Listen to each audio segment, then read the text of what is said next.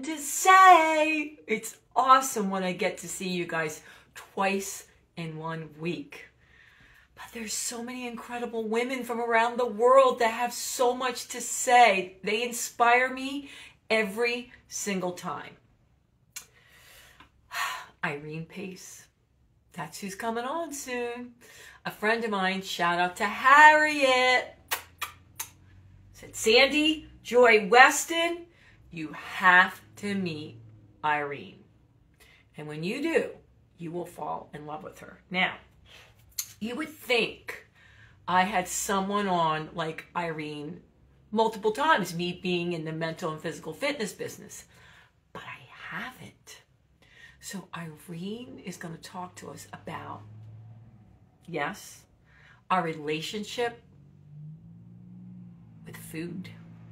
Yes, our relationship with food. And how many times have you asked me or stopped me in the middle of a grocery store and said, help me, Weston.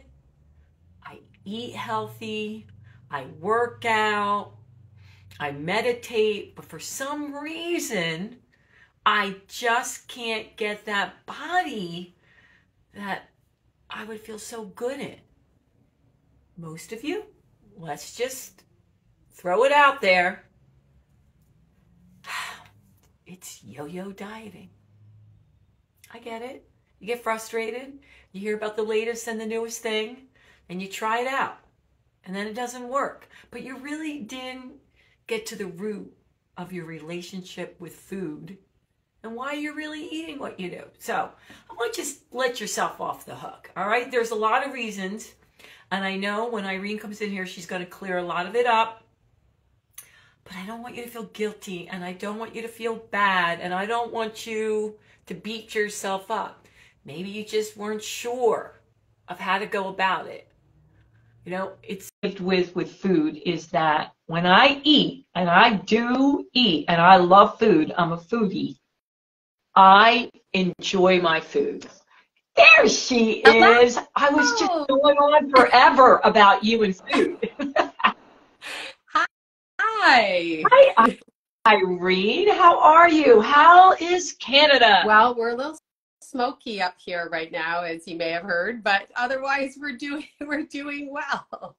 Well, let me tell you, here in the Philadelphia area, we're very smoky too. So I must admit, before we get into this, I'm a big gardener, and I was out there, but I wore a mask, and it did help. I mean, I didn't feel so, because it really bothers me. I'm very sensitive to smoke. So my son's like, Mom, what are you doing? I'm like, I feel much better out here. So it's good to go. There's always a way. There's always all right. a way. Right. Let me tell them a little bit about you before we get into it. Sounds good. Shout out Harriet again for introducing us. Irene Pace started her career as a registered dietitian, leading teams at medical clinics and in private practice. During this time, she saw that for many people, what was holding them back wasn't knowledge, true that, but the emotional challenges they had in their relationship with food. Irene built Pace Nutrition around her pioneering methodology that helps people understand why food is challenging to them, build the relationship they want, and unlock the body and peace of mind they have always dreamed. Irene, I want to start right off with it before we get into your one statement. At least once a week, because I own health clubs. I'll be out shopping somewhere, whatever store, Trader Joe's, Whole Foods, and people come up to me and go, why, Weston? Why can't I just keep the weight off? Why? I eat healthy, I work out, I meditate, I do all the right things, but the weight just goes whoop, whoop, whoop. So, the number one question I've been asked in person and through email is, why? Why can't they figure it out? And for most of the people, I just want to say this. I mean, there's people of all different shapes and sizes on. But most of these people, it's between 5 and 25 pounds. You know, it's not like it's obese that just keep on bing, bing, bing. Yeah. And really, this is the place where relationship with food lives, because if you're able to do the things to get the weight off, to get the dip, right? The dip in that roller coaster ride, it means you know what to do at some level. Maybe we can tweak it from a nuancey point of view, but at the end of the day, it's something else that's keeping you from being able to consistently implement whatever it is that you know is best for your body to get you feeling your best at the best weight, whatever it might be. There's something else getting in the way there. And that was sort of the detour in my career that had me go, listen, I've been doing this a really long time, 15 years, I think, at the point that I started down the path to the work that I do now. And it was like, what? Something's missing here. Because I'm seeing smart people who leave my office with a great, clear plan that they feel like, yeah, I can go home and do this, Irene. And then weeks later, 2 weeks later, 3 weeks later, a month later, when we reconnect, it's defeat. It's like, oh, I did it for a few days, or I did it for a week, or they're back again, or they never come back again, because there's shame and guilt and this like, but I'm a smart person. What's going on here? So that was, that was the question that I was looking to figure out or solve. And then it really hit home. And I know you and I have talked about this in our other conversations. It really hit home when I found myself turning to food, overeating at times that I had. Looking back now, I understand what was going on. But in those moments, it's this identity crisis that's like, this is wild. I'm the expert in this. I know all the things. I can write somebody the perfect meal plan in their sleep. Why is it that I'm shoving donuts down my mouth, or, can't say no to the Haagen-Dazs bars or the bag of chips? There's something else going on here. So that's the entry point to the work. So, I don't know about you, but for most people, and they are smart, they work hard, that I deal with on a daily basis, they just want a plan. They don't want to deal with the emotional end of why. I'm sure you encounter this. They are, no, just give me a plan and I'll follow it. And I'll say to them, okay, and I'm not a nutritionist, so I refer them other places, but I'll say, how'd that work out for you before? So how do you get them to come to the other side? Because so many people are like, no, just give me the plan. And even though, like, you've done this 15 times, and each time the plan works initially, and then you're back to square one because you never dealt with the emotional, the mental component. So how do you get them to cross over? Yeah, great question. And I often tell clients when they start doing this work, working with me, this isn't going to feel like things you've done before. And this isn't going to feel like what you're familiar with. And that's because we start with what I call discovery mode. In this work, there's discovery mode and there's mastery mode. And we have to start in discovery mode, where we put a curious lens over your eating behavior in the wild, unencumbered by rules and regulations and the new plan you think you're going to follow. We want to see in that moment of pull to food, when you feel the craving or you feel that calling to go and eat something, we get curious around that and say, what is going on there? Let's take a look and see what are the things that you're eating is at the effect of in this moment. And when we do that discovery, all kinds of really juicy, valuable things come up, and they fall in a very predictable pattern of categories. There's a certain number of things we can say our eating is at the effect of. One of the big ones is your history. Your historical experiences around food are really powerful drivers of the way you engage with food right now. A couple of easy examples are around celebration and reward, right? When I have a birthday, eat birthday cake, right? These things are wired in, right? Yeah. When I've had a hard day, I go and enjoy, or can be drinks. So I have a beer at the end of a hard day, there's all of these things that are connected to our history and wired in really deeply. Grandma always made really delicious muffins or something. And so muffins bring in grandma's love as I eat them.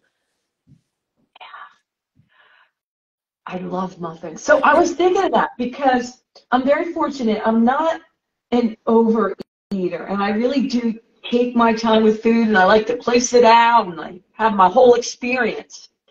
But if I'm going to eat something that's, not serving me well, it's when I'm happy. So if I'm at a celebration for a friend, if we're celebrating, like you said, a birthday, I don't eat when I'm sad. I don't do, for some reason, which is good. If I'm upset or sad, I don't eat or drink. But when I'm happy, I do. So how do you do that? And so I asked some of my viewers and listeners, is there anybody else out there who are like, yeah, and they overeat, but it's at a celebration and they can't wait, and well, this is a happy reason to eat. So how do you break that? Yeah, and it can be those more positive, pleasant emotions. It can be the more difficult, unpleasant emotions, and it can be both and all of it at the same time. Sometimes too, it's a mixture of sort of angst and joy. And so, how do we tease all of this apart? How do we figure out what's going on? First task is to be able to bring yourself into the moment when you're having the experience of whatever's going on for you around food. So many times with food, it's like we wake up with Dorito crumbs all over our lap, and it's like, what happened? How did I get here? Sometimes, you get in the car and you arrive at work and you don't remember anything about the drive from leaving your home to getting in it, walking in the office door. Yeah. We run these things on autopilot because we've run and walked that path so many times. So why do we do this? Why do we hold these patterns of behavior around food why do we hold them so strongly? What I've come to know, and this methodology came to be through a combination of my nutrition background and understanding of what our bodies need in terms of nutrition and how hunger works and that kind of thing, and work in the area of trauma and adverse experiences. Coming to understand that food is really a powerful tool for shifting your emotional state in the moment. It's one of the things we can do to calm and regulate our nervous system. So when you have a stress response kicking off and you find yourself reaching for food, there's nothing bad or wrong or broken about you for doing that. It actually works. It's an adaptive tool that at some earlier point in your life, you learn to reach for that thing because you likely didn't have other options. And if you think about a child's experience, they don't have the autonomy. They don't have the toolbox that you have as an adult. And so food is very easily one of those things that becomes a way for us to shift and regulate our emotional state. It gets very embedded in our emotional experience.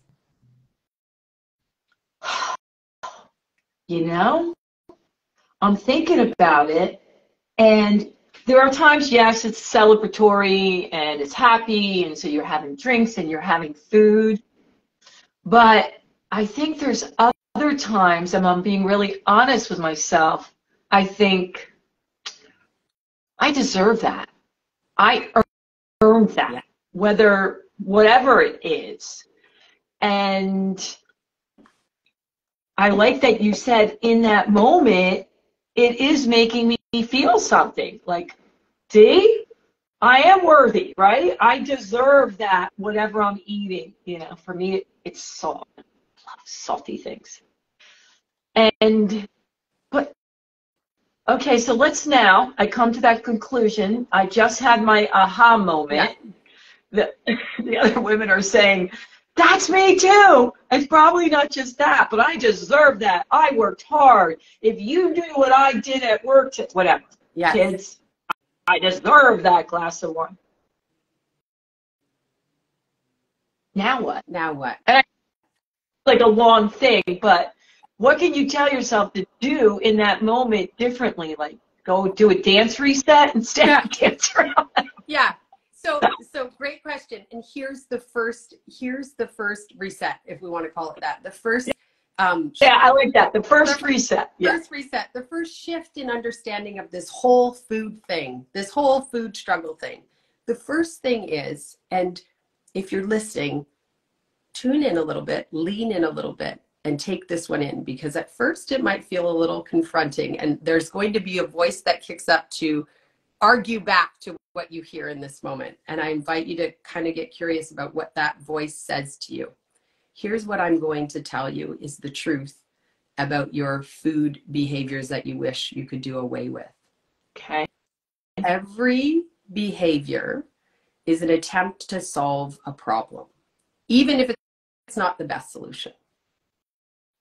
So your food behaviors, your relationship with food, the way you engage with food, at some point in your life, it was adaptive. It was incredibly adaptive. It was brilliantly adaptive. Food served you in some way to help you through something you didn't have other tools to get through. Whether it was connection with, you know, feeling worthy or celebration or I deserve this, whether it was dealing with really unpleasant, difficult emotions, and food was one of the ways you were able to bring yourself out of that. And here you mentioned salty food. Here's why salty food works. The pleasure and reward center part of our brain, the same part that gets activated when we have, you know, when we use drugs of abuse or alcohol, or when we have a really great time with a bunch of friends and we're laughing so hard that our faces hurt the next day, that same pleasure and reward center part of our brain gets activated by sweet, salty, fatty foods. We get a dopamine hit, a reward center activation that makes reaching for food something that becomes a tool to give us that kind of regulating hit. So why wouldn't you continue using it? Yeah, why not? Why wouldn't you? Why wouldn't you? The challenge now, of course, is that once adaptive thing becomes maladaptive, when the cost of doing it is creating more challenge for us than it's worth in our lives.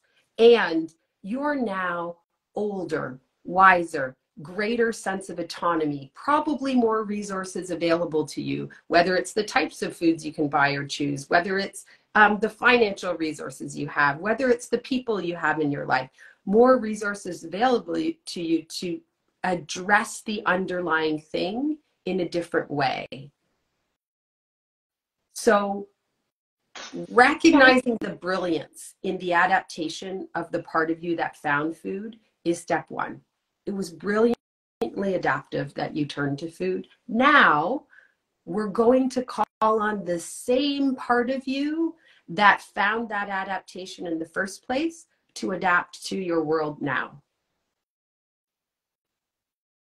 Okay. Okay? Okay. I follow you so hard. Yeah? Yeah. So if what most of us are doing is we're making ourselves wrong or bad or broken for using food the way we do. So even if you eat it for pleasure and reward and celebration, some point at the end of it, you're going, God, why did I eat that? I shouldn't have eaten that. Right? Yes. Give Don't me a be yes so for the chat happy, here. Lex. Stop it. Right. Yeah. Why am I doing this? What's wrong with me? Why can't I know I don't want to do this? I got that wedding in a week and I need these pants to fit, or whatever it might be, right? Absolutely. So if you can imagine, think about it like you've just hired an employee that they have a very important job you need them to do. And all day long, you're telling them how broken they are. That would be naughty. How great are they going to be at it, right? That very same Yeah. part of us that found this solution is brilliant. And if we can recognize and say, I get it, you were brilliant for finding food when you did. It helped you. Yeah, it helped you to stay safe. It helped you deal with really hard things. Food connected you to that loved one that you lost. Food allowed you to be part of the tribe or the group because you ate the things that the other people in your tribe or group ate. True. It did really important things for you. Now, that same part of you recognizes that we're not living that same life, and we can now learn to do this differently. We can learn to relate to food differently, but I'm not going to beat myself up for having done it that way. So, all right, so Irene, yeah. I love everything you're saying. I just want to squeeze you, but I got a question coming over. So in the moment, Yes. at the end of the day, when I got about 10 questions on this one, Yeah. when I'm going for that glass of wine or two because I had a long day, what should I do instead? Should I replace it with tea? What should they do in that moment? Great question. And here's where the 3-step kind of methodology, this is the foundation of it, and I'm going to give it to you right here. Okay. Yes. So take notes. Okay. So the first step is what I call greet the pull. So when I say pull, I'm talking about that pull you have to go and have the drink, to go and have the food. That pull that has you cruising the cupboards at the end of the day or standing at the open fridge door, right? That's the pull. And everyone listening, I imagine you can kind of identify that pull in you. So what you're going to do is you're going to greet the pull and say hello. Just like someone's just knocked at your door, you don't have to be happy that they're there, but you're going to open the door and you're going to say hello. This is step one. I'll quickly tell you why is this practice important, and specifically why is it important that it's greeting instead of, we may have heard tools where we're noting or noticing or naming. This is a slightly different flavor of that same kind of concept. When you greet the thing, you're creating a relationship with it. You're engaging the part of your brain that wants to socially connect and relate with things, and you're turning it on to allow you to connect with this thing you're doing around food. Okay. It drops you into the moment. Here I am. I've just greeted the thing, me and food. Here we are. The second step of the method is to get curious. Okay. At this point, we're not making any decisions about having or not having the food right now. We're adding a new response to the pull to food, right? Instead of what we normally do, we get the pull to food, and then we do one of two things, Sandy. We go pull to food, I either eat the thing or I struggle not to eat the thing, right? Absolutely. Like you go one of those, it's a fork in the road. The craving's here and I'm going to eat it, or I'm going to fight like heck not to eat it, right? Correct. So now what we're doing is we're wiring in a new option. So now when I feel the pull to food, the first thing I'm going to do is greet it. I'm going to say hello. I've just disrupted the old pathway and I've inserted a new practice. I've kind of extended where that fork is going to happen, and I'm doing this instead. Hello, there you are. Then I get curious. Curiosity is a really powerful state for us to be in. When we throw someone under a brain scan, when they're in the state of curiosity and we look at what's going on inside our brains, 2 areas of our brain light up. The learning and memory center of our brain lights up, and the reward center that we were just talking about lights up. When these 2 things light up together, what's happening is it becomes rewarding to discover things about what we're searching for. So if we're getting curious about what we're eating, we're now going to get a reward hit, which is exactly what we're going for when we eat the food. We're going to get a reward hit by getting curious about the situation that we're in. What's going on for me right now? What are the things that might be pulling at me or pushing at me that have this hunger showing up right now? And there's a whole bunch of questions. This is where the work happens, which I can't cover all of them in this moment, but I'm going to offer you that if you get curious and say, what am I asking food to do for me right now? What are all the reasons that make sense that I want to have something to eat right now?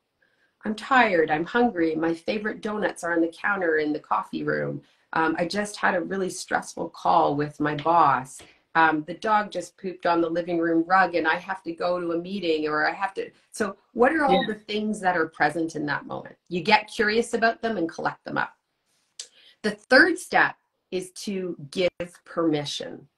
This is the place that things get really interesting, because if we believe the first part of this story and say, I believe that food is a tool that is available for me to solve something that's going on in me. I have a need under here, and food is one of the tools I have in my toolbox.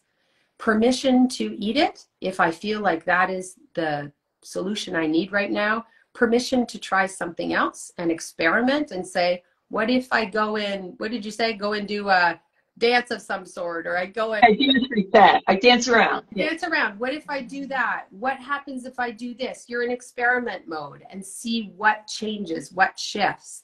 What a lot of clients find when they do this practice is step 1 and step 2, start to calm and regulate your nervous system enough that by the time you get to step 3, your thinky brain is already back online and the alarm bells in your kind of stress response system are starting to quiet, so that you feel a tiny little bit more in control of making the decision. Gotcha. Yeah. You know, a lot in a short little window, but that's the... No, there. At least it's an overview. And I'm thinking, if I would have went through that process, there's some things, like you said, I did, but it was so painful and hard and like, oh my God, I can't believe it. And one example is during COVID, we had a group of women, we'd get together 10 feet away from each other on the porch and drink wine. And these are women that didn't really even drink before that. You know what I mean? They'd have a glass of wine maybe on the weekend. And we called ourselves the Porch Peeps. Well, the Porch Peeps, many nights, had one too many glasses of wine, you know, socializing forever. And I'm not a big drinker, but I realized I was drinking more than I wanted of this wine. And I would just, to get myself off, I did replace it with, I love mushroom coffee and teas and all that. So I replaced it with something else that brought me joy. But before I did that, it was like, okay, I'm not doing it, I'm not doing it, I'm not doing it. And sometimes it worked and sometimes I didn't. So I was wondering, when you said give yourself permission, one of the things that I found is making fun teas and putting sparkling water in a glass that looked like wines. I don't know. I don't know if that's the same thing, but I'm like, well, what else could I do here to be with the gals, the Porch Peeps, and not drink so much wine and not fall to peer pressure? Yeah. And what's beautiful about this story that you shared is that you're recognizing that there's a need under that. I mean, the wine was doing more for you than what the wine you're putting in your body was about. It was connecting you with other humans that you care about, especially you needed at a time that connection was harder to come by. So giving yourself permission just to recognize that, hey, like there's a need under here, that it's okay for me to look after this thing. So one of the, excuse me, one of the questions that I offer as a way to help guide what you do in that permission step is this question. Get out your pens if you don't have one handy. And it goes like this. What is the kindest, most loving thing I can do for myself right now? Ooh, I love that. What is the kindest, most loving thing I can do for myself right now? And in that moment, sometimes it's have the glass of wine. And sometimes it's, Sandy, the kindest, most loving thing I can do for myself right now is actually do something else, is replace the wine, is, you know, I don't know what other kind of options you might have had in that moment of things you could do. But that question often gets you to a place where, because people say, give permission, Irene. What I'm afraid of is when I give permission, I'm eating all the things and I'm winding up in a food coma on the sofa for days. Like, don't give me permission. That is a dangerous thing to do. Do you understand what you're asking me to do? And so there's a coming to understand here, playing with the permission to say that don't do it hard, hard boot style, beat me down on it approach. How's that working for you, right? From what we understand about humans and the way we respond to stress, feeling trapped doesn't calm your nervous system. It does the complete opposite. So people end up cycling into increasing the intensity of their pull to food by trying to implement really regimented rules around themselves, because those rules, even if it's just under your level of awareness, your protective systems recognize that as you feeling trapped. And when we're trapped, we need to activate our protective systems. You can imagine like a frightened dog backed into a corner, right? There's that feeling of desperation that I need to get out of this thing. I'm trapped by these rules. I'm trapped by this sense of having to do it this way. So giving permission can shift away from the sense of feeling trapped, but now we don't want to swing the other way to be completely reckless with ourselves. We want to tap into that sort of wise inner caregiver of us that recognizes, if you're lying on the sofa feeling terrible, some days, mom comes in and boots you off the sofa and says, today you need to get out the door. Like, this is what you need right now. This is the kindest loving thing is for me to say, get off your high knee and go out and play. Other days, mom comes in and reads the scene and goes, I'm bringing the comforter down and we're going to tuck you in and you can hang out here today. Yes. So there's tapping into that side of you with the permission piece. I really do like, what is the kindest, most loving thing I can do for myself right now? Just pausing and thinking about that. Many times I'm going to change what my action is going to be, and where I pull myself in what direction.